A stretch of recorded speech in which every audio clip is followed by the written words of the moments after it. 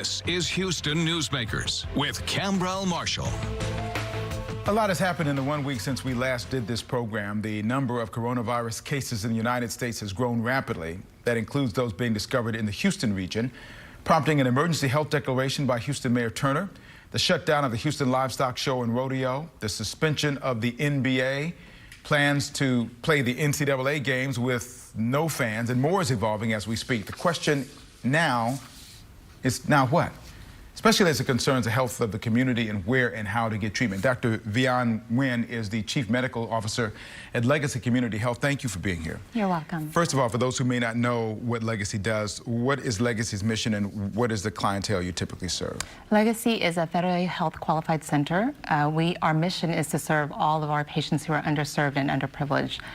We have more than 15 clinics across a 90-mile radius and over 20 school-based health clinics as well. So with the COVID-19 coronavirus concerns, what are you doing now as a community health agency to prepare, and what can you prepare for? Right.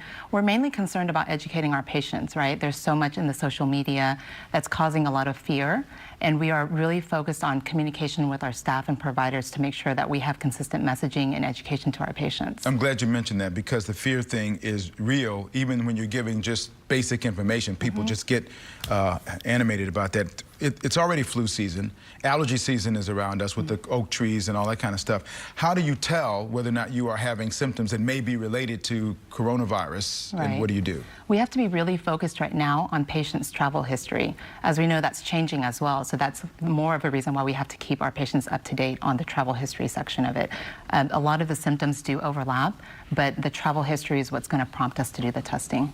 So if somebody has, I've heard people talk about if you have a cough or persistent cough, or it's upper respiratory is what I'm told. What kind of symptoms do people get? Exactly that. So fever, upper respiratory symptom. If it gets more severe, it could lead to more difficulty breathing, more than the mild symptoms. So how does it go from something that is considered mild to needing hospitalization? There's so much we don't know about. Exactly, but currently it seems that the patient population most affected are our older population, as well as those that have chronic comorbidities. Is this evolve into something that is related to like pneumonia type things? That I'm just kind of open in terms of how it gets to that point where you need respiratory help. Well, if they have underlying immunocompromised state, then this could lead to more severe pneumonia-like symptoms where they're requiring ICU treatment. Because this is a virus that has no known cure, from what we know, is a silver lining in this whole thing, if there is one, the fact that what we're told right now is that, quote, 80% who get this will have maybe mild symptoms, or are there no silver linings in this? I'm just trying to find that so that the panic part can kind of be lessened. Well, no, I think that's a good point. Right now, the only patients that are really truly affected with severe symptoms are immunocompromised, older patients. And so we have to keep that in mind and use that as a way to stay calm, because that is what we know. You are OBGYN by trade as well. Yes. So what kind of advice are you giving to your patients who are pregnant right now? Right. Well, patients who are pregnant are known to be immunocompromised. And so the most recent ACOG recommendations have just shown the similar precautions, but that's also changing every day. And I know ACOG actually has something today or tomorrow that may change those recommendations. So right now we're told, to wash our hands, do those things that are kind of keep us away from the virus itself.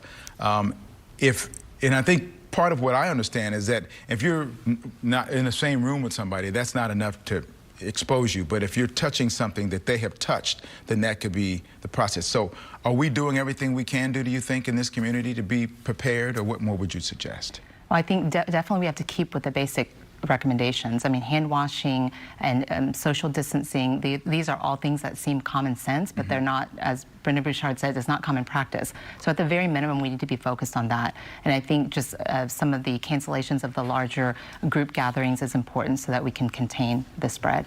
Because this is your business, your field, you've seen things in the medical arena before.